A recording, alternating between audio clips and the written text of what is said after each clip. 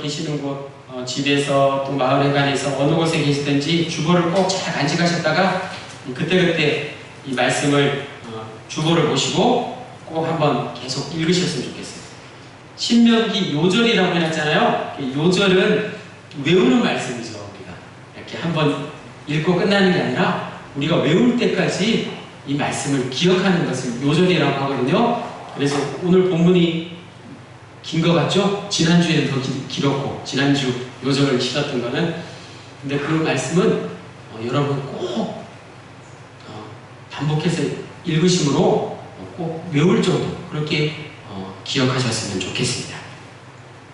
자, 오늘 제목 여호와께서 요구하시는 것, 이란 제목이에요. 하나님께서 요구하시는 것이 무엇일까요? 질문이 또 시작되는데 이런 질문을 또 드려볼까요? 여러분 지금 어떻게 행복하세요? 네, 행복하세요? 아멘. 네, 행복하시죠? 네.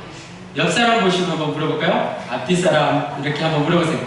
조용히 살짝 한번 물어보세요. 네, 행복하세요? 라고 물어보세요. 신뢰가 되지 않게. 네, 웃으시면서. 네, 너무 세게 물어보지 마시고 살짝 한번 물어보세요. 행복하세요? 이렇게 물어보세요. 왜냐하면 지금 좀 언짢으실 수가 있잖아요. 기분이. 그분한테 행복하냐고 물으면 신뢰가 되지 않을까요? 그래서 행복하세요? 라고 이렇게 여쭤봤는데 바라옵기는 오늘 예배를 마치시고 집으로 돌아가실 때 이 질문에 확실한 답을 얻으시고 돌아가실 수 있기를 바랍니다. 우리 인간들은, 사람들은 누구나 행복하기를 바라죠. 그죠? 불행하게 살기를 원하시는 분 계세요? 아무도 없으세요. 행복이 우리의 우리 믿는 사람이건 믿지 않는 사람들이건 모두의 삶의 목표이고 바라는 것이죠. 행복한 사람은 그 어떤 것도 부럽지 않습니다. 그렇죠? 그런데 안타깝게도 많은 사람들이 그토록 원하는 행복을 찾지 못하고 오히려 고통 속에서 지내고 있는 많은 사람들이 있죠. 가정 문제, 직장 문제, 건강 문제, 또 미래에 대한 그런 걱정과 두려움, 그리고 또 정신적인 그런 충격, 육신의 그런 문제, 질병 문제, 끊임없이 우리를 고통 가운데 거하게 하는 것이 바로 이런 문제들이죠. 그래서 파랑새 아시죠? 파랑새는 있다라는 영화, 드라마도 있는데요. 행복의 파랑새를 어떤 소년이 찾아서 길을 떠났는데 결국에는 찾지 못하고 집에 돌아와 봤더니 그 파랑새가 자기 집 새장 속 안에 갇혀 있었대요. 거기서 파랑새를 발견했다는 그런 이유가 있습니다. 모두가 행복의 파랑새를 찾아 헤매지만 순간적인 잠시 동안의 쾌락은 있을지언정 영원한 행복은 모두가 찾지 못하는 그런 가운데 있습니다. 그 이유가 무엇일까요? 예화를 하나 드려드릴게요. 하늘나라의 천사들이 회의를 하고 있었어요. 긴급 회의를 도중에서 회의를 했어요. 행복이라는 것이 있는데 이것이 너무 좋은 거예요. 천사들이 보기에 행복만큼 더 좋은 게 없는 거예요. 그래서 이 행복을 인간이 알아차리지 못하도록 어디에다 숨겨놓기로 했어요. 그래서 첫 번째 천사가 땅속 깊은 곳에 묻어두면 인간이 절대로 찾아내지 못할 것이라고 그렇게 얘기했어요. 그랬더니 대장천사가, 그 중에 천사 우두머니가 지금 세상을 보면 사람들이 지하철을 타고 다니는데 저렇게 땅속 깊은 곳에 들어가서 살아가고 있는데 무슨 소리냐, 그럴 수 없다. 인간이 땅을 깊숙이 파서 결국에는 찾아내고 말 것이다. 안 된다고 했어요. 그랬더니 또 다른 천사가 그렇다면 행복의 비밀을 바닷속 깊은 곳에 숨겨두자 라고 이야기했어요. 그랬더니 이번에도 역시 대장천사가 말하기를 네가 잠수함을 못 봐서 그래. 잠수함을 타고 바닷속 깊은 곳에 들어가서 사람들이 잠수하는 법을 배워서 결국에는 행복의 비밀을 찾아낼 것이야. 이렇게 이야기했어요.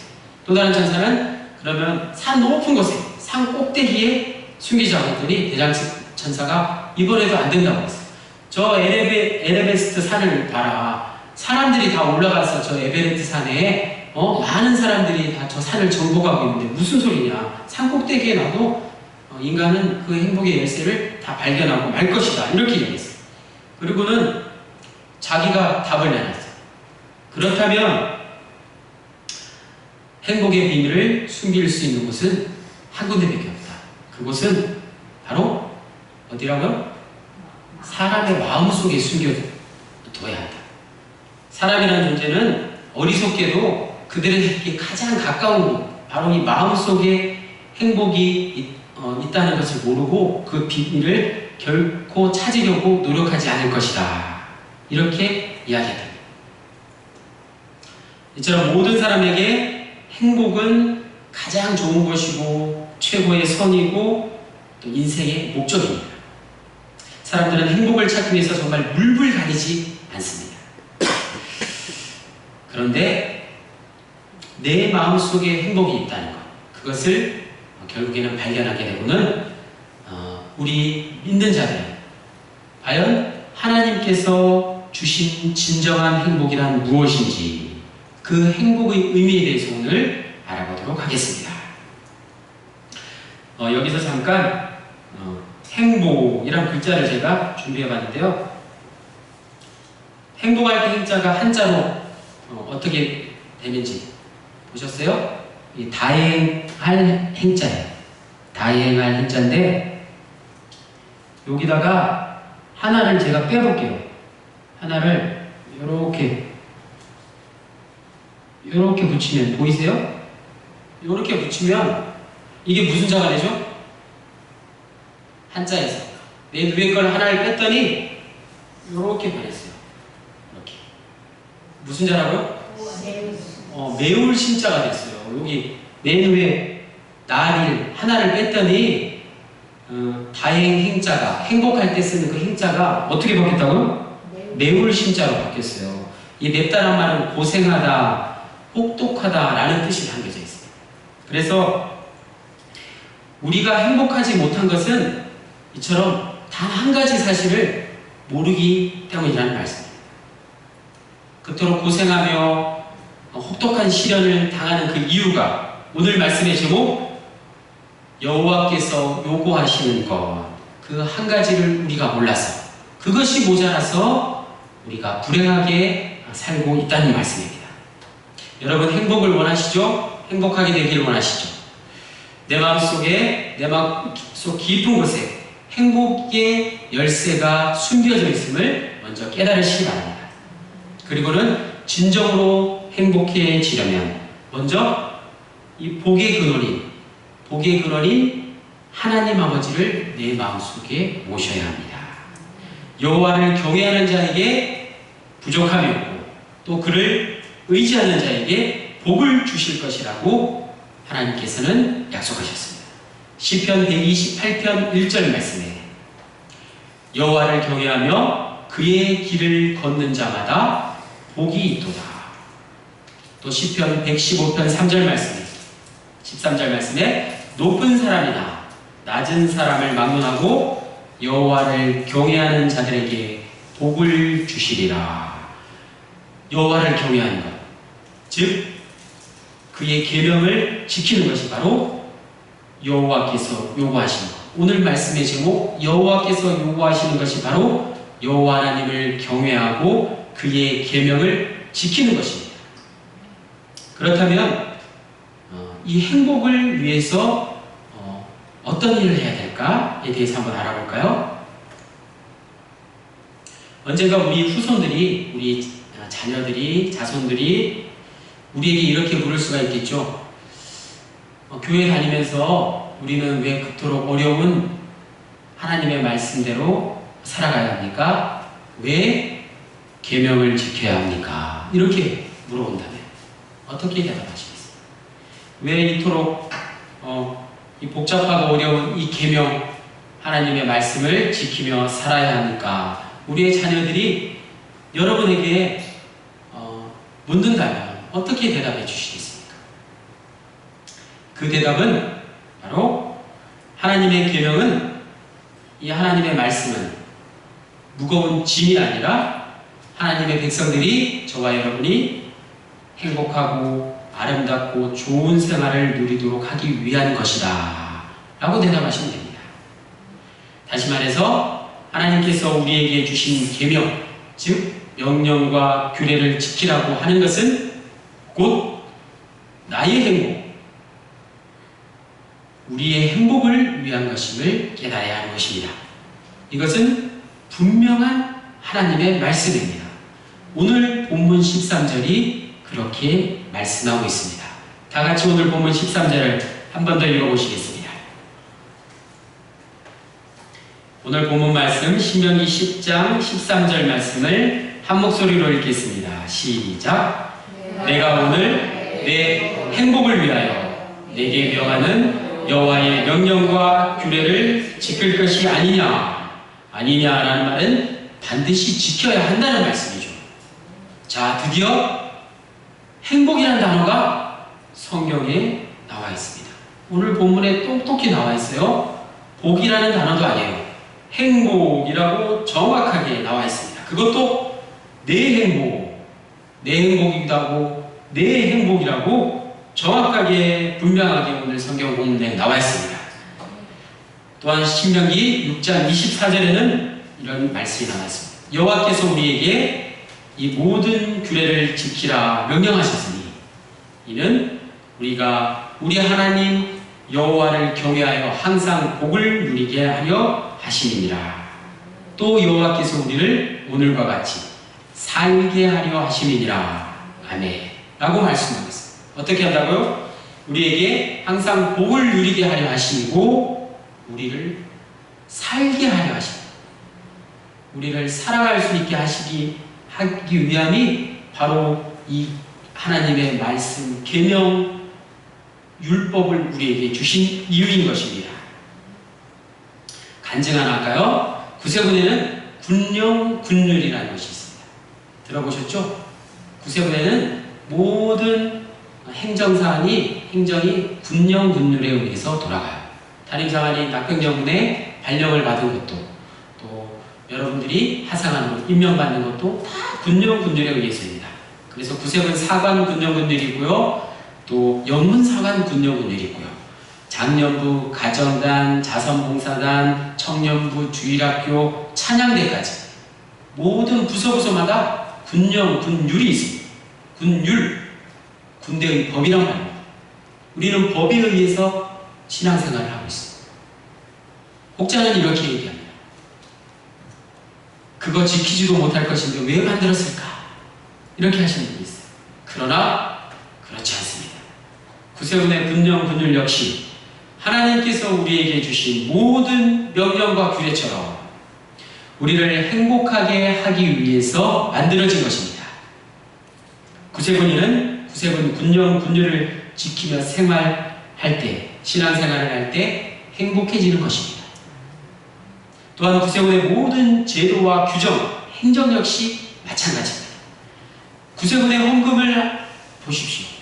구세군의 헌금을 여러분 알고 계시죠? 제 생각에도 솔직하게 구세군은 절기 헌금이 너무 많을 것 같아요. 절기가 너무 많아.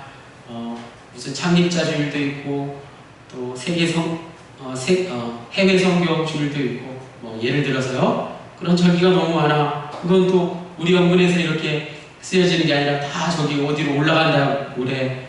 여러분 알고 계시죠? 네.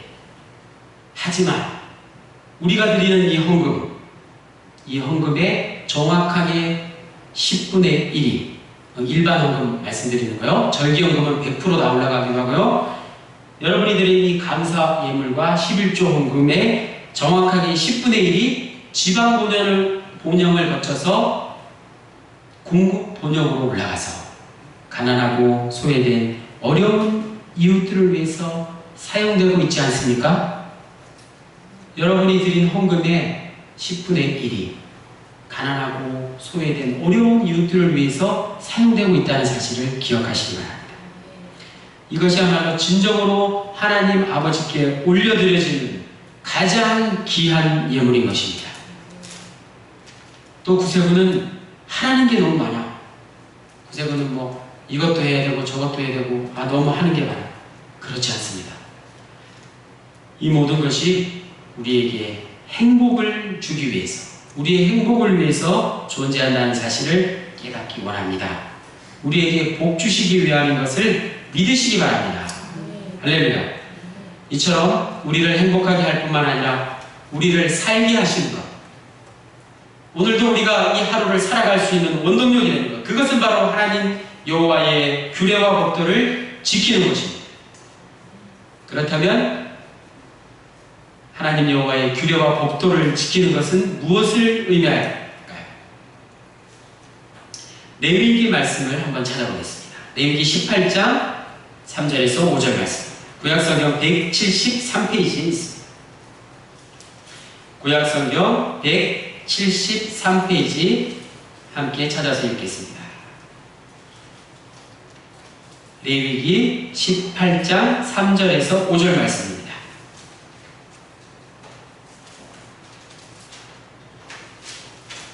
네. 구약성경 173페이지 레위기 18장 3절에서 5절까지 함께 읽겠습니다. 시작. 너희는 너희가 거주하던 애굽 땅의 풍속을 따르지 말며 내가 너희를 인도할 가나안 땅의 풍속과 규례도 행하지 말고 너희는 내 법도를 따르며 내 규례를 지켜 그대로 행하라. 나는 너희의 하나님 여호와이니라. 너희는 내 규례와 법도를 지키라. 사람이 이를 행하면 그로 말미암아 살리라. 나는 여호와이니라. 아멘. 할렐루야.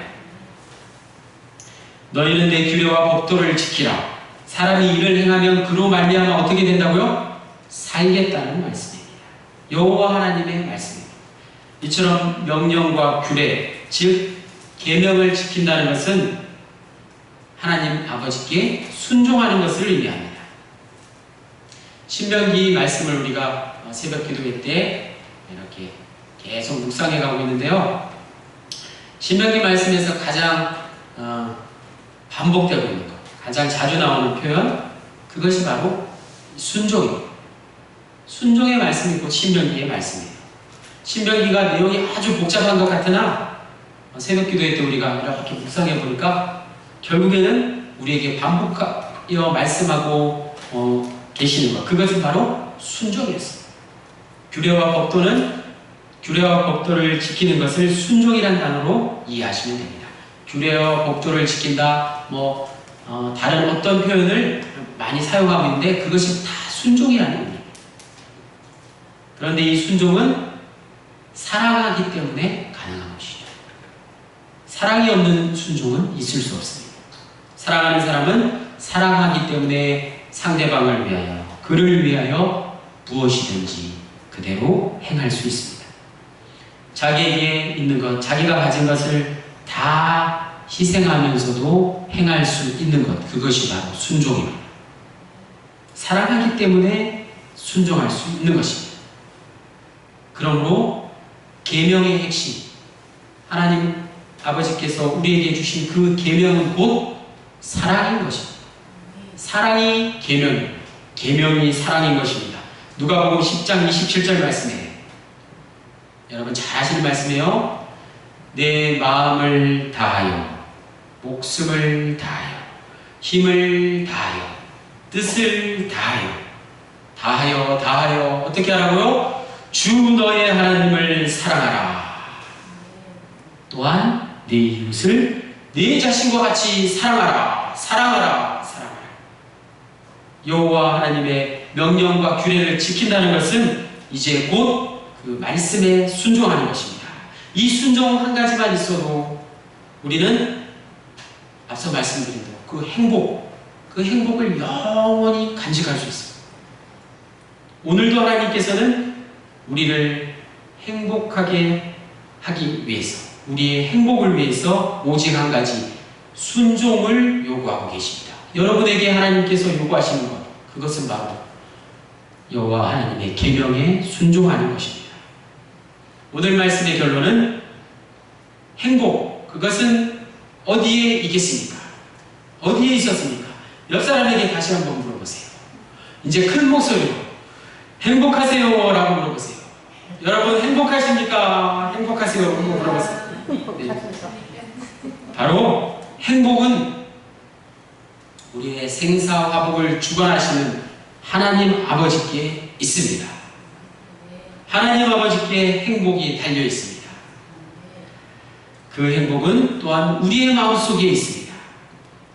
그 행복은 하나님을 사랑하고 이웃을 사랑할 때만이 찾아오는 것입니다. 아무쪼록 사랑하는 낙현 영혼의 군원님들 모두에게 오늘 주신 말씀을 통해서 이 진정한 행복의 의미가 여러분 마음속에 깨달음을 얻으셔서 하루하루 진정한 행복한 삶을 살아가시기를 간절히 축원합니다. 아멘. 사랑의 하나님 감사합니다. 하나님 아버지께서 우리에게 요구하시는 것, 여호와께서 우리에게 요구하시는 것을 우리가 깨닫게 하시니 감사합니다.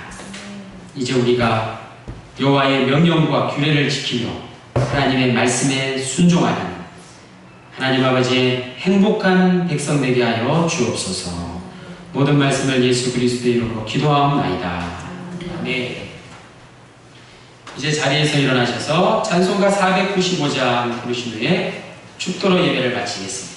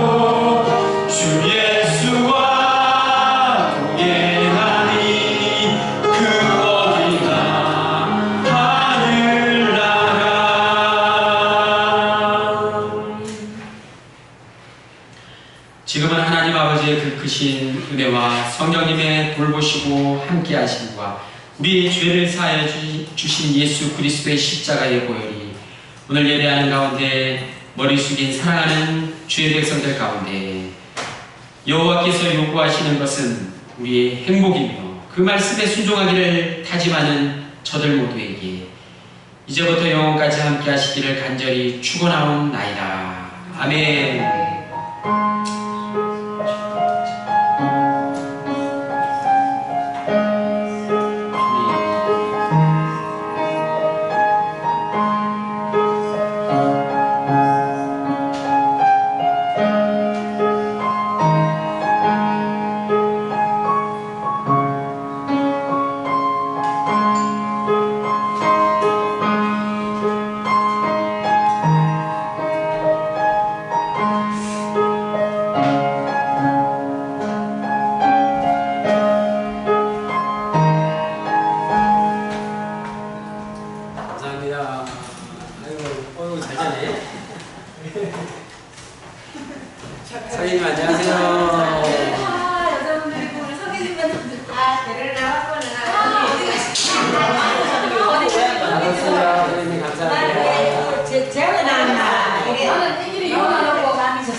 아니 나도 혼자 태어났지. 지어놓고 뭐들 아빠도 선생님, 오늘 잘하셨어요. 왜 지어놓고 울면 어쩌나 혼자.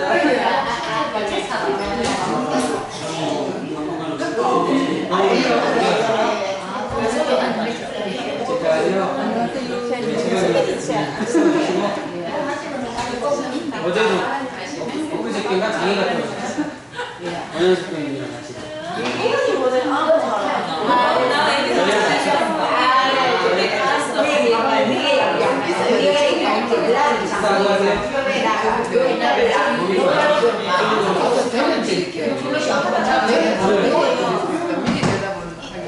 성인님 식사하고 가세요. 맞춰서 가서 연락이 있어.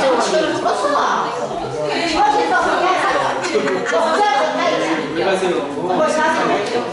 왜 가시는데요? 그러게. 남자 3명이에요, 3명. 영찬이까지.